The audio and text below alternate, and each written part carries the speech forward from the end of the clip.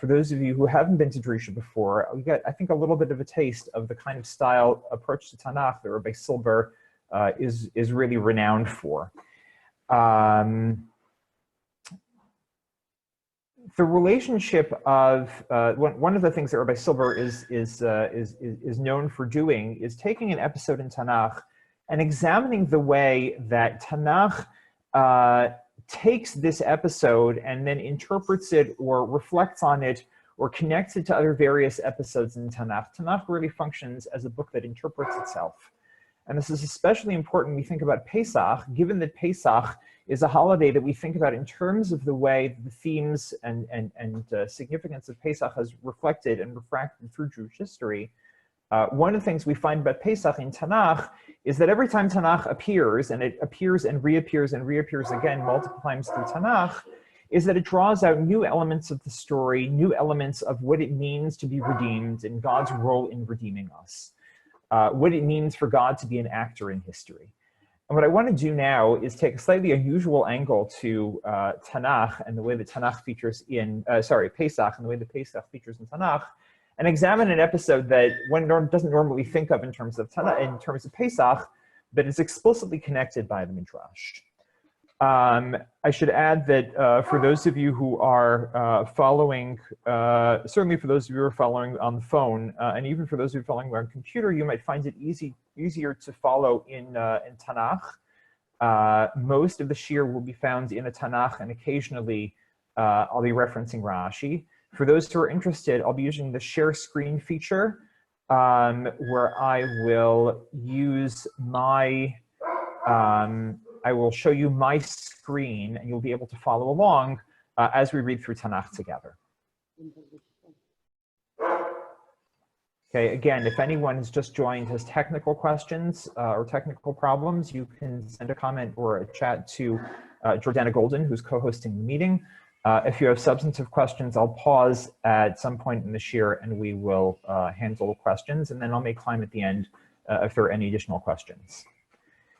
The episode in question that I want, the episode in question that I want to examine tonight is actually in Sefer Breshit. As the title of the shir indicated, the connection to Pesach here is made somewhat quizzically by Rashi in his comment on the episode of Lot and the Angels. Okay, we'll go through the whole episode in a few minutes, but as many of you know, the story in the book of Genesis, chapter 19, the angels who have visited Abraham and Sarah and told them that they're going to have a child, the angels then head down to the city of stone.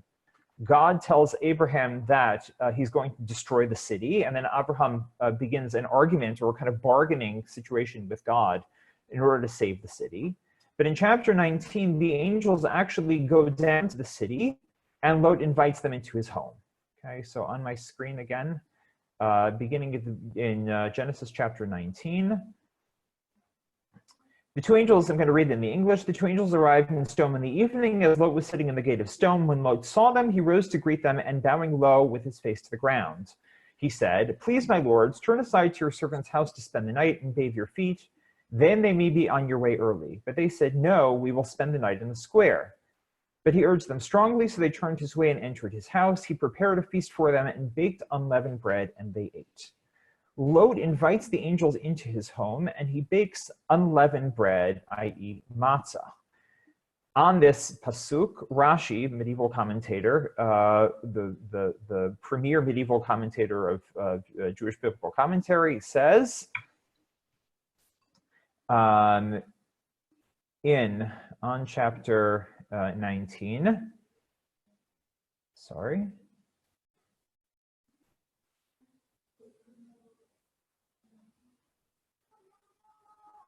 He says, "Matzot afa." Why did Lot bake matzah for his angelic guests? Pesach haya, it was Passover. An obviously anachronistic interpretation, given that Passover, the events that Passover commemorates, would not happen for another 400 years, and therefore it seems highly unusual that he would be commemorating an event that hadn't even happened yet. I want to examine this episode in light of what we know about Pesach. I'm sorry, did someone have a comment? I want to examine this episode in light of what we know about Pesach, because I think that this comment by Rashi, as strange as it seems, is actually very revealing. Because the story, the extended story here with Lot and the angels, and even going back to where the angels come and visit Abraham and Sarah, reveals a great deal about Passover. And therefore, I want to examine it in terms of the themes and some of the images of Pesach, in terms of how they enrich and deepen our understanding of what the holiday is about. We will eventually take it back to Pesach and do a detailed analysis of how this episode compares specific linguistic connections between this episode in Genesis and the episode in Exodus. But in the meantime, I want to do an in-depth analysis of this episode in Genesis, which spans chapters 18 and 19. Those of you who are familiar with this episode will recall that the angels, the reason that I'm linking together chapters 18 and 19 is because the angels who appear to Lot in chapter 19, as I said before, enter the scene when they visit Abraham and Sarah in chapter 18. Again, scrolling back, just having a little bit of a problem with my computer. Scrolling back to the beginning of chapter 18, we find Abraham sitting outside his tent in the heat of the day. Suddenly he sees three angels, and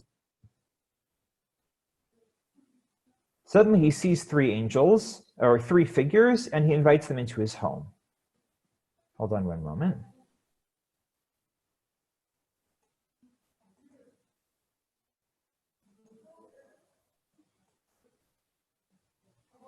He sees three angels, three figures, and he invites them into his home.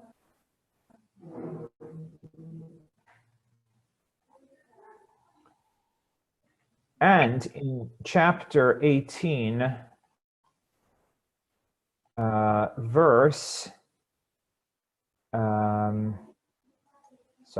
chapter 18, verse 9, he's already given his guests food to eat, and then they turn to him, and suddenly they revealed these are not three ordinary guests. They said to him, "Where's your wife Sarah?" And he replied, "They're in the tent." Then one said, "I shall return next year, and your wife Sarah will have a son." Sarah was listening at the entrance of the tent, which was behind him. This is the moment at which Abraham realizes that these guests are no ordinary guests. They are, in fact, divine guests who have now prophesied that he and Sarah are going to have a son in a year's time. These angels, now revealed to be angels, follow the story through all the way the end of chapter 19, because rather than these being two separate episodes, the angels themselves who have visited Abraham and Sarah are the ones who go down to Lot, and after Lot has invited them, they tell Lot, we're going to destroy the city, and they, it seems, are responsible for actually the destruction of Sodom. So what we have in this section of Genesis, we have in the section of Bereshit, is one very long episode, starting with chapter 18 and going all the way through the end of chapter 19. It's actually a very unusual episode for a number of reasons. First of all, it's the longest continuous section in the Abraham narratives. Most of the rest of the Abraham stories are much choppier and much shorter. Second of all, what we find in this section of Bereshit is a great deal of very specific imagery. For example, at the beginning of chapter 18, when Abraham invites his guests in, he serves them food, and we're not just told that he serves them food, we're actually told very specific food that he served them. In verse 8, he took curds and milk and the calf that he'd prepared and set these before them. Very specific foods appear in the biblical narrative in a way that is very unusual for the biblical narrative. Tanakh is famously terse. We don't know very much about the characters. We don't know very much about the settings. We certainly don't know what they ate, what they wore. And here we have a lot of specific detail. Similarly, when we get down to Sodom, we already noted that Lot serves his guests a specific food. We're not normally told what people ate, and here we said he serves them matzah. So overall, this section of Bereshit is knit together not only in terms of the narrative structure, in terms of the fact that it's one continuous story, but also in terms of the narrative style of this section of Bereshit. There's a lot of detail here. There's a lot of specific imagery. There's another specific image that I want to explore, however, and that I think is critical to understanding what's going on here and the connection to Passover. And this goes back to when the angels turn to Abraham and say, where is your wife Sarah? And then foretell that she's going to have a child. Again, chapter 18, verse 9. They said to him, where is your wife Sarah? And he replied, there in the tent. In verse 10, then one of them said, I will return next year and your wife will have a son. Sarah was listening at the entrance to the tent, which was behind him. There's a focus here on the physical structure of the tent and on Sarah's position vis-a-vis that physical structure. When the angel foretells that she's going to have a child, it says, when the angel asks, where is she? It says she's inside the tent. And then at the moment that he foretells that she's going to have a child, she's not inside the tent. She's actually in the doorway to the tent. And in the doorway to the tent, we're given another very specific detail, which we're not always given, namely a psychological portrayal of what Sarah is going through at that very moment. In verse 12, and Sarah laughed to herself, saying, now that I am withered, am I to have enjoyment with my husband so old? Sarah stands in the doorway of the tent, and her response is one of cynicism, one of skepticism. She hears the message of the angels, but she's not yet able to accept it wholeheartedly. She's skeptical, she's challenging, and then God turns to her, or God turns to Abraham and says, why did Sarah laugh, saying, shall I in truth bear a child as I am old? God says, why was she so skeptical? And Sarah is actually quite frightened. Sarah lied, saying, I did not laugh. This is in verse 15, for she was frightened. But he replied, you did laugh. We have here a very detailed, very fine-grained portrayal of what Sarah is going through at the moment when she stands in the doorway of the tent, hears the message she's going to have a child, and rather than embracing it with a full heart and an open mind, she's skeptical, she's challenging, she's cynical at that moment. The tent and doorway image is interesting, and it would be easy to kind of let it slide, except for one very interesting parallel, which is that when we go down to the city of Sodom and we find Lot inviting the men home to his house, we actually find a house. The physical structure of the house is not simply a background detail, as it so often is in the biblical narrative. In fact, usually we don't even know if the characters are home or out in the yard. We don't even know where they are. It's not even very important. Here, Lot has a house, and he's in the house when he invites his guests home. And that's important because as soon as he invites them in and serves them a meal, the townspeople, the people of Sodom, who are being tested now to see whether the city will be destroyed, surround the house and demand that he bring out his guests for them to abuse. This is in chapter 19, verse 4. They had not yet laid down when the townspeople, the men of Sodom, young and old, all the people to the last man, gathered about the house. And they shouted to Lot and said to him, where are the men who came to you tonight? Bring them out to us that we may be intimate with them.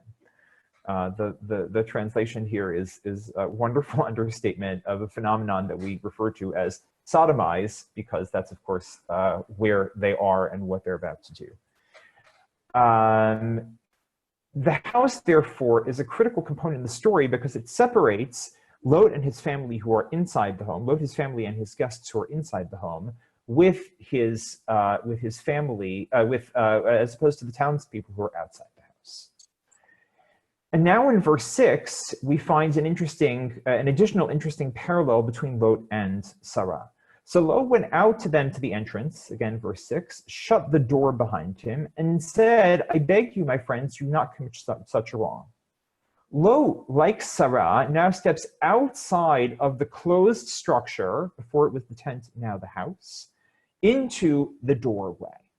And it's in the doorway that he turns to the people and says, look, stay away. These are my guests. Please leave them alone. And actually, if we're going to get specific about it, he says, look, in verse 8, I have 2 daughters who have not known a man. Let me bring them out to you, and you may do to them as you please. But do not do anything to these men, since they have come under the shelter of my roof. In protecting his guests, he's perfectly willing to sacrifice his daughters to the angry mob that has gathered outside his house. If Lot is hoping to placate the townspeople in one way or another, he's of course disappointed because they're not about to be placated. In verse 9, we read, they said, stand back, now we will deal worse with you than with them. And they pressed hard against the person of Lot and moved forward to break the door. We find Lot, therefore, standing in the doorway, caught between his guests inside the house and the townspeople outside. As Sarah stood in the doorway, caught between inside and out, in that liminal space that is the doorway, Lot too is caught here, and he too has a moment of doubt, a moment of ambiguity. His response, or his psychological state in the doorway, is an interesting reflection of Sarah. Just as Sarah responds to the knowledge she's going to have a child with a great deal of ambiguity, she's not sure what to make of this new information, Lot stands in the doorway, also suddenly feeling like the earth has shifted from beneath him. The friendly neighbors who he had just the day before have now turned into an angry mob, and he's not sure how to respond. He wants to placate them. He wants to save his guests. He doesn't know how to do both, and he's caught in the doorway. The very fact that we have this specific image twice in the story is very suggestive to me, and I think very an important component in understanding what's going on here. Again, just for emphasis, both Sarah and Lot begin the episode standing inside the closed space, Sarah in the tent and Lot in the house. As the episode progresses, Sarah moves into the doorway to hear what the angels have said, and Lot too moves into the doorway to placate the townspeople. Both of them are caught in a situation where suddenly something has shifted. They don't know what to make of their new situation, and they experience a state of ambiguity or a state of uncertainty, as represented by the doorway, which is that in-between space, that space between inside and outside. Before we examine the significance of the metaphor or the image of the closed space in the doorway, I want to go to the very end of this two-chapter section. Lot has now escaped the city of Sodom, which has been destroyed. He's run to the hills, as the angels have said.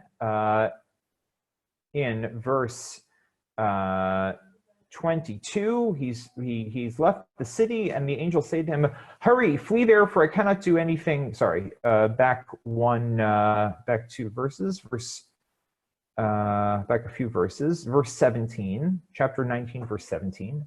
When they had brought them outside, Lot and his family, they brought them out of the city. One said, flee for your life. Do not look behind you, nor stop anywhere on the plain. Flee to the hills, lest you be swept away. Lot is pulled out of the city, and they say, run to the hills. Lot dithers. He asks for more time. He bargains with them. Eventually, he does run to the hills, and he and his daughters find themselves living in a cave. Here we have the third image, the third closed space of this episode. And here, what happens is also fascinating and more than a little disturbing. Lot went up from Zoar, the city of Zoar, where he had found temporary refuge, and settled in the hill country with his two daughters, for he was afraid to dwell in Zoar. He and his two daughters lived in a cave. We're now in chapter 19, verse 31. And the older one said to the younger, our father is old, and there is not a man on earth to consort with us in the way of all the world. Come, let us make our father drink wine, and let us lie with us, that we may maintain life through our father. What the daughters, Lot's daughters, do here, Lot's wife, of course, famously perishes because she turns back to look at the city that's being destroyed, and she turns into a pillar of salt. Lot's daughters think that there is no other man to cohabit with them and produce children, and therefore they do the unthinkable, which is they get their father drunk, and they rape him. We have here then a third closed space, and we already get the sense that the closed space is more than simply a physical space. It represents a certain closed mindset that that Lot's daughters suddenly find themselves in. And already now we can start to examine, just as we examined before, the doorway as reflecting the psychological state of Sarah and Lot who find themselves in it. We can now start to think about the closed space of the tent, the house, and the cave, as also representing a kind of closed psychological state, a state where characters don't see any other option, a state where the characters find themselves trapped, they find themselves without options, and that's most vividly illustrated here in this third of the closed spaces, the cave, where the daughters of Lot find themselves really with no other option than they do the unthinkable, which is to rape their father in order to get pregnant. When we think now about the way that the closed space features in the stories of Sarah and Lot, I think we find that there too we can understand it as a closed psychological state. Let's go back to the beginning of chapter 18, where we find Sarah inside the tent. The angel says to Abraham, again, "Where is your wife Sarah?" And he replied, "There in the tent." In a sense, in a literal sense, the angel is asking, where is Sarah? Because he wants to make sure that she's within earshot when he gives the prophecy that she's going to have a son. In terms of the imagery, as a metaphor, the closed space of the tent reflects Sarah's state of mind at that moment. Sarah, of course, has been barren for her entire life. She's now past menopause. She thinks she'll never be able to have a child. Her state is one, she sees no future for herself, where she sees no possibility of being part of the biblical family. Her maidservant Hagar has been given to Abraham as a wife, and she's had a son with Abraham, Ishmael, and it seems that Ishmael is going to be Abraham's heir. Suddenly, Sarah finds herself in the position where, and up until this point, Sarah finds herself very much in this closed space of the tent, where she feels that she has no way out. There's no future for her to actually have a child who will be to carry on Abraham's legacy. At the moment that the angel foretells that she will have a son, she moves into the doorway. She begins to move out of that closed space into the wide open, literally into the open air outside the tent, but psychologically and metaphorically into a space where suddenly she perceives new possibilities that could not have existed before. If somebody wants to, I hear some talking in the background. If somebody wants to comment, please just send me a comment, and then I'll be able to take questions. I'm just going to close my shared screen for a moment.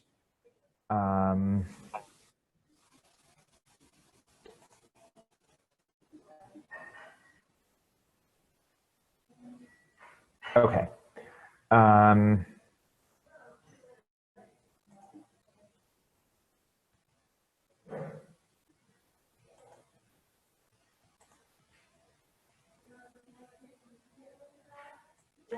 Okay. The doorway, therefore, reflects the moment at which Sarah realizes that there is more possibility than she had perceived. But again, she hesitates to step through the doorway. She hesitates to actually embrace that possibility and fully accept that what she had assumed will be her fate is now no longer trapping her. It's now no longer holding her hostage. When we now go to the episode in Sodom, we find again that the closed space of the house represents a kind of closed possibility. But now, as opposed to Sarah, who steps through the doorway, moving from inside to outside, the dynamic in Sodom is exactly the reverse. Rather than possibilities opening, possibilities increasing, in Sodom, suddenly possibilities are rapidly closing on themselves. In Sodom, reality is about to collapse on itself. Hold one moment. Yes, and again, please, everybody, it may help if you mute your microphones when you join. Otherwise, we're going to get some feedback, as I think we're getting right now. In Sodom, reality is about to collapse on itself. Possibilities are rapidly closing. In fact, what we as the reader know, as soon as the townspeople surround the house, is that the only people in Sodom who are going to be saved are those who are inside the house, namely Lot, his family, and his guests. as soon as the townspeople surround the house, everyone to a man, as it says in verse 5, or in verse 4, we know that the townspeople have found to be guilty, and every one of them is going to be destroyed. As soon as the angels pull Lot inside to save him from the mob and shut the door, the fate of the city has been sealed. The house now becomes, rather than a trap, rather than a place where possibilities, where Sarah was in the house and she was trapped by her biological reality, the house now becomes a sanctuary. The only people in the city of Sodom who will be saved are those who are inside the house at the moment that the fate of the town is determined. The house, in fact, becomes the vanishing point of Sodom as possibilities are rapidly closing, as the city is running out of options as to how to save itself. And the fascinating thing is that even after the angels close the door and blind the townspeople, in verse 10, but the men stretched out their hands, the angels stretched out their hands and pulled out inside the house with them and shut the door. And the people who are at the entrance of the house, young and old, they struck with the blinding lights. They were helpless to find the entrance. That's actually an interesting translation. The JPS has they were helpless to find the entrance, but in the Hebrew, it seems that they were actually groping to find the entrance. In other words, even after they're blinded, in the Hebrew we have Vayil'ulim Tzahapatach, they're still continuing to grope to find the doorway that they had been about to break through just a few minutes before. It's almost as though, on some deep subconscious level, the townspeople understand that the game is up, they understand that the city is about to be destroyed, and the only possibility of their being saved is to get inside the house, which is the only remaining sanctuary within the city. So again, as opposed to Sarah, who finds possibilities suddenly opening before her, she had been trapped inside the house, a closed physical and psychological and existential state, and now she moves into the doorway and gradually towards the outside. In Sodom, what we find is that the movement is instead inside, in the house. Everybody wants to go in the house because the house is the only possibility remaining in this in the city that is about to be destroyed. And again, that notion of possibilities rapidly closing on themselves and the closed space being the only option left is reinforced again by the experience of Lot and his daughters in the cave. Lot's daughters see no possibility other than the one unthinkable possibility, which is to get their father to get their father drunk and get pregnant by him. And that closed psychological and existential state is reflected in the closed space of the cave. I know that typically we think of a cave in terms of the kind of cartoon image of the cave with a nice wide opening. In my days spelunking in Israel, going caving in Israel, you see a very different side of caves, or a very different image of caves, where you crawl through a very tiny space and you end up in this completely enclosed room made entirely of rock. And that's how I envision the experience of Lot and his daughters in this completely enclosed space. So again, just to summarize, the images of the closed space and the doorway in this entire 2-chapter episode of Genesis 18 and 19 tell us a lot about the psychological state of the characters and also about the existential dynamic that's going on here. Whereas possibilities are rapidly opening for Sarah and Abraham, they're going to have a child, which is biologically impossible, except for the miracle that God is about to do for them. In Sodom, we find exactly the opposite phenomenon.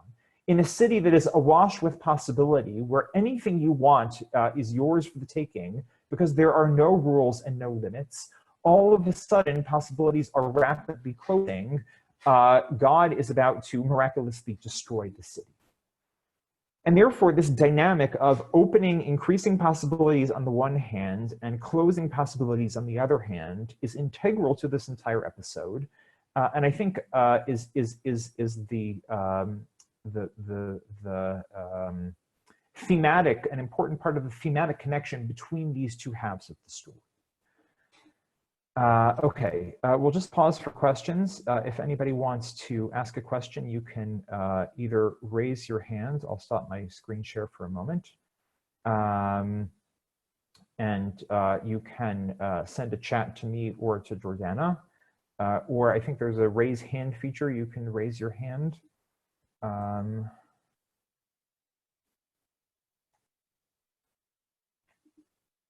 Okay, if nobody has a question, then we will go on. We will eventually come back to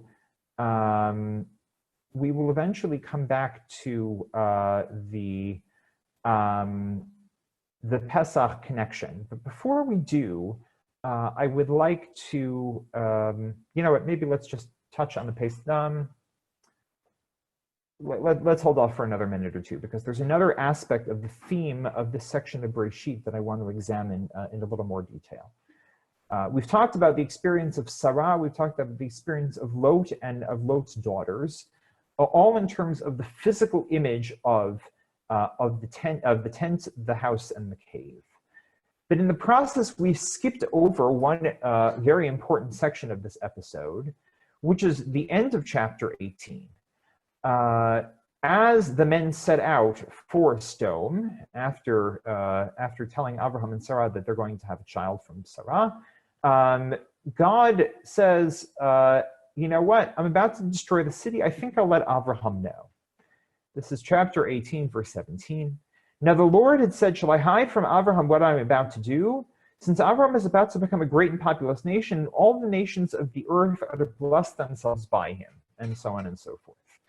Then the Lord said, this is verse 20, the outrage of Sodom and Amorah is so great and their sin is so grave, I will go down to see whether they have acted altogether according to the outcry that has reached me. If not, I will take note. God says to Avram, I'm going to judge the city.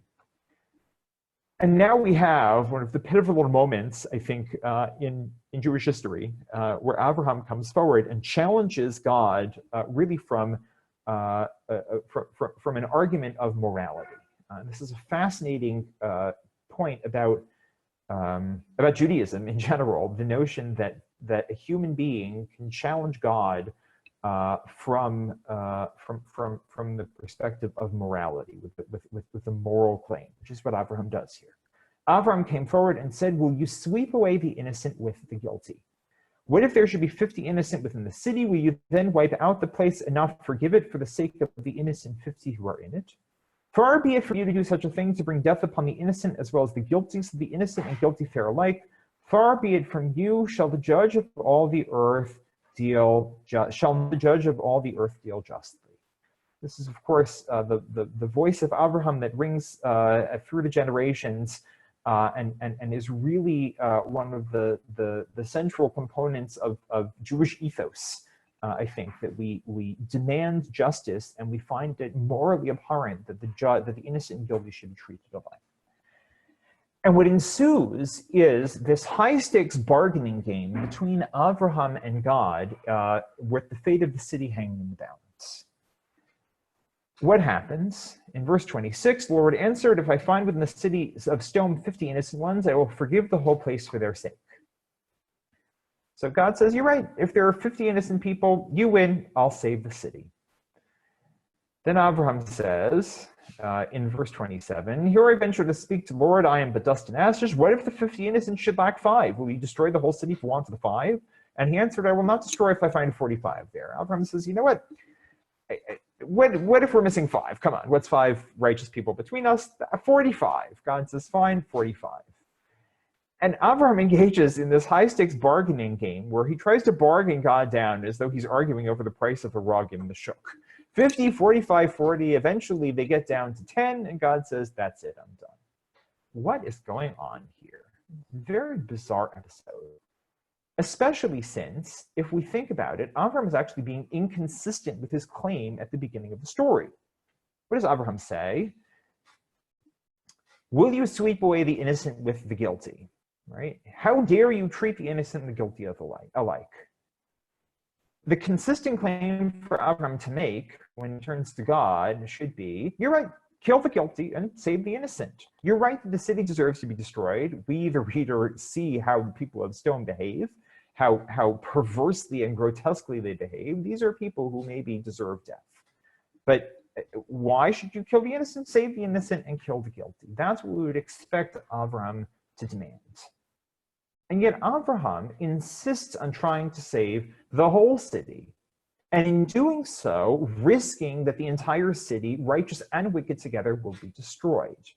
Why does Abraham not simply demand what will be logical and consistent, which is that God saved the righteous and killed the wicked? This is obviously not a new question. This is asked by many, many commentators on this episode, and various answers are given, and we could come up with a whole host of answers. One of the most intriguing is that Abraham is actually kind of faking it here. And really what he wants to do is save the entire city, righteous and wicked alike. And in order to do that, he realizes that he's running a certain risk, but he challenges God based on the only claim that he thinks is reasonable to make, which is the innocent should be saved, and therefore the whole city should be saved. That's certainly an interesting way to look at the story, and one that I think we could entertain in other contexts, but I want to suggest that something different is going on here. And that is, this is actually suggested to me by my chavruta, who I once studied this with. Some of you may know the name Jesse Kellerman. He's an author who lives in, he's a writer who lives in Los Angeles. He said, you know what, that's not the way the world works, or that's not the way at least we perceive the world to work. Meaning, when bad things happen, they happen in often a kind of sweeping indiscriminate judgment, a sweeping indiscriminate destruction that sweeps everyone out of its path.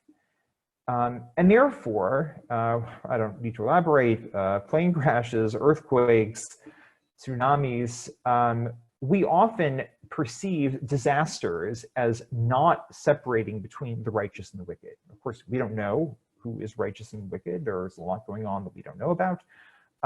But we don't perceive there being this neat distinction between the righteous and the wicked. We don't see God's justice working that way in the world. And therefore, when Abraham demands that the righteous and the righteous not be punished along with the wicked, he thinks that the only way that the righteous can be saved is to forestall the disaster altogether. And that's why he engages in this high-stakes kind of bargaining. But in the process, what we find is that there is never really a kind of strict justice.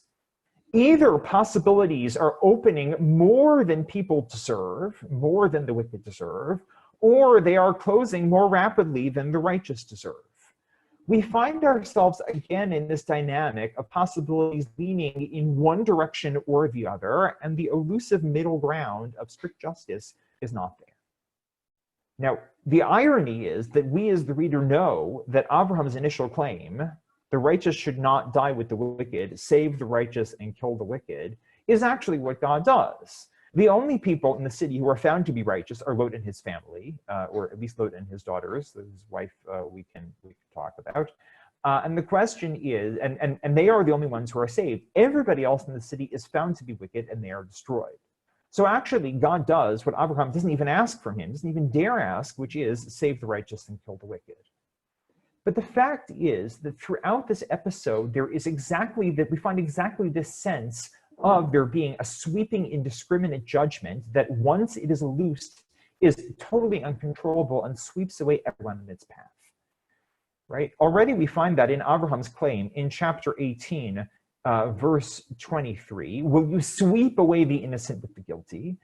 And then when the angels tell Lot what's going to happen, they say to him, in chapter 19, verse 15, as the dawn broke, the angels urged Lot on, saying, up, take your wife and your two remaining daughters, lest you be swept away by the iniquity of the city. There's a sense that there is this sweeping indiscriminate judgment that is going to take away anybody who remains there, innocent and guilty alike. And this is actually a theme that we find reflected in the Exodus story. And now we begin to make the connections between Exodus and this section of Genesis. In the Exodus story, we're told that in Exodus 12, pulling it up here on my screen. In Exodus chapter 12, we find that the Israelites in Egypt are told to bring the Pesach sacrifice, and they're told to eat it inside their homes. And in the process of bringing the sacrifice and preparing the sacrifice, they're to take the blood and smear it on the doorposts of their home. I'm trying to pull it up on my screen, but I see it's not coming up. They're supposed to smear it on the doorposts of their home. Why on the doorposts of their home? The text gives one interesting reason, which is, hold on one moment.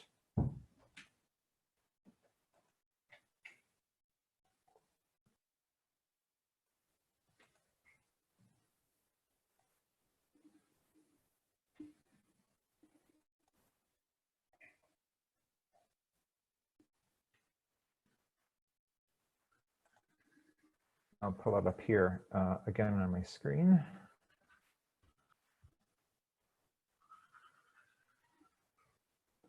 They're supposed to spread it on the doorpost of their home because, the text tells us, that way God will see the blood on their doorpost and know not to go into those homes. That those are homes inhabited by Jews who have brought the Pesach sacrifice as they have been told. I see it's not coming up, so I'm going to stop bring you to another section of the screen that we're going to read in a second. You're supposed to spread it on the doorpost so that God knows which homes not to go into. But if we look in the continuation of chapter 12, verse 22, we find another interesting reason, which is the Jews, the night that they bring the Pesach sacrifice, are not allowed to go out of their homes. God sees the blood and he knows to skip over, to jump over those homes, hence the term Pesach, which means to leap. But in chapter 12, Rashi gives the following comment. The blood is there also almost as a warning to remind them not to go out of their homes. The night they bring the Pesach sacrifice, they're supposed to stay cloistered in their homes all night long. Says Rashi, this tells us that once permission is given to the destroying angel to wound, he makes no distinction between righteous and wicked. Why is it the Israelites couldn't go out of their homes? Do they need to be in their homes for God to distinguish between the righteous and the wicked? Couldn't God know who was righteous and wicked and simply spare the righteous and kill the wicked? The answer, Rashi says, is that there's a force of destruction that once it is loosed, it is not controllable. And therefore, in order to be safe, the Jews need to stay inside their homes, inside that closed physical space, in order to be safe. The doorway in the Exodus episode features very prominently. The image of the doorway is an extremely prominent image there, which of course connects very strongly to the image of the doorway in Sefer Bereshit. But right now, the image that we see is much more similar to Lot. Lot sees the doorway, but the doorway is a forbidding space. The doorway is a space where he feels threatened. And therefore, he is pulled back into his home. His home becomes a sanctuary, a refuge, and that's exactly what the Jews experienced the night of the Exodus. If we think about that in terms of the psychological state that the Israelites find themselves in at this moment, it makes a lot of sense too. The night of the Exodus reflects the psychological state that the Israelites have been in throughout their entire period of slavery in Egypt, where even though they've prayed to God, they've hoped for salvation, they've hoped for a miracle, they understand that their fate is going to be the same as their fathers and their grandfathers. There is really no hope for them. They're trapped physically and in this house, and which reflects their psychological state of feeling trapped in terms of their fate. The doorway beckons as a possible salvation, but it is still a forbidding space. It's still a space where they feel threatened. The night of the Exodus is still not safe. The night of the Exodus for the Israelites is a night of terror. It's a night of fear. It's a night where they themselves feel threatened. Even though they've brought their Pesach sacrifice and they've done everything they've been told to, they're sitting eating their Pesach sacrifices. And now if we stop and kind of freeze frame at midnight, when God visits upon the 10th plague upon Egypt and he kills the firstborn, we're told, let me try to pull this up now. We're told in Exodus chapter 12, Vayhi b'chatzi halayla, in the middle of the night, the Lord struck down all the firstborn in the land of Egypt, from the firstborn of Pharaoh and sat on his throne, to the firstborn of the captives in the dungeon. And Pharaoh rose in the middle of the night with all his courtiers and all the Egyptians, because there was a loud cry in Egypt, for there was no house where there was not someone dead. Think about the scream that envelops all of Egypt at midnight when all of the firstborn are destroyed, and the terror that the Israelites sitting in their homes must have felt. That sense of, oh my goodness, what is going on, and the terror that they must have felt at that moment. The night of the Exodus, we think of the Seder night as a night of freedom, a night where we sit around our Seder table in a very relaxed manner, eating the same food as we did last year, telling the same jokes as we did last year. The Exodus experience in Egypt was nothing of the kind. It was a night where everything was uncertain and everything was fearful. They were told, for example, to eat the Pesach b'chipazon, which could be translated as haste, but I think has an even stronger meaning of terror. The night of the Exodus is one of terror and is accurately reflected, I think, in Lot's experience in Breshit. The next morning, however, the doorway image is reversed. Suddenly, morning has come, freedom is here, and now, rather than finding themselves in the position of Lot, trapped inside their homes, with the doorway image being a threatening, fearful space, now they step into the doorway and they are like Sarah. Suddenly, they step into the doorway, leaving their homes into the wide open air, and all of a sudden they perceive possibilities they could hardly have imagined the night before. Therefore, when we find this parallel between Sarah and Lot in Sefer Breshit and the Israelites in Egypt, I think we see that Sarah and Lot reflect the two halves of the Egypt experience. Lot reflects the night of the Exodus, whereas Sarah reflects the next morning, where the Jews are like Sarah, stepping into the doorway, suddenly perceiving possibilities opening before them they could never have.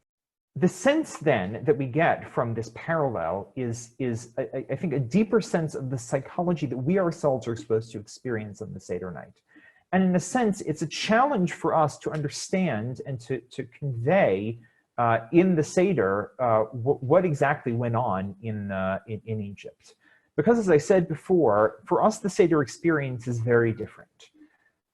One example of this is in the laws that concern the Pesach sacrifice. In Egypt, they're told, this is chapter 12, verse 11,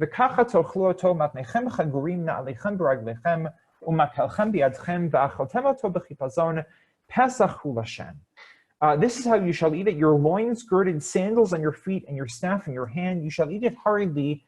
It is a Passover offering to the Lord. And again, I said b'chipazon could be translated as hurriedly. It could be translated as having a much more forceful sense of fear or terror as well. The point is, the Jews are supposed to eat this not in a state of being relaxed, but in a state of being ready to go, prepared to run. But of course, the night of, they're not actually running anywhere. They're supposed to want to feel like they're going to run, and yet feel like they're trapped. There's a wonderful wonderful essay on this in the Viva Zornberg's book, on Exodus, where she talks about this element of the Pesach experience in Egypt, the sense of the stage being set, of the clothes and the props of the Seder night, their traveling clothes, their walking sticks, their shoes, all in a sense to give them a sense of wanting to run, wanting to flee, and yet feeling trapped, understanding that they can't run anywhere while it's still nighttime, while the threat is still being visited on Egypt.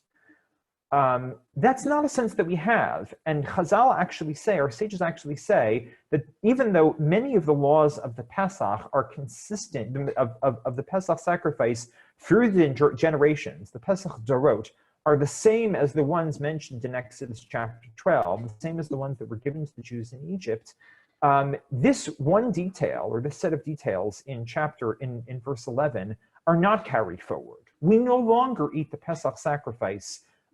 Even in the time of the temple, they didn't eat the Pesach sacrifice with their walking shoes on and their walking stick and their traveling clothes. They ate it in a relaxed manner. We're supposed to feel, as we say the night of the Seder, like free people, not like slaves.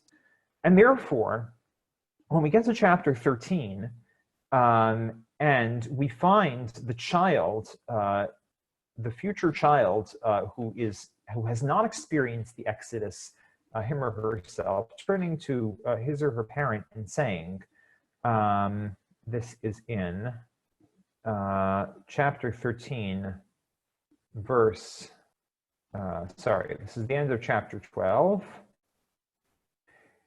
Verse 8, let's go actually to verse 14. One of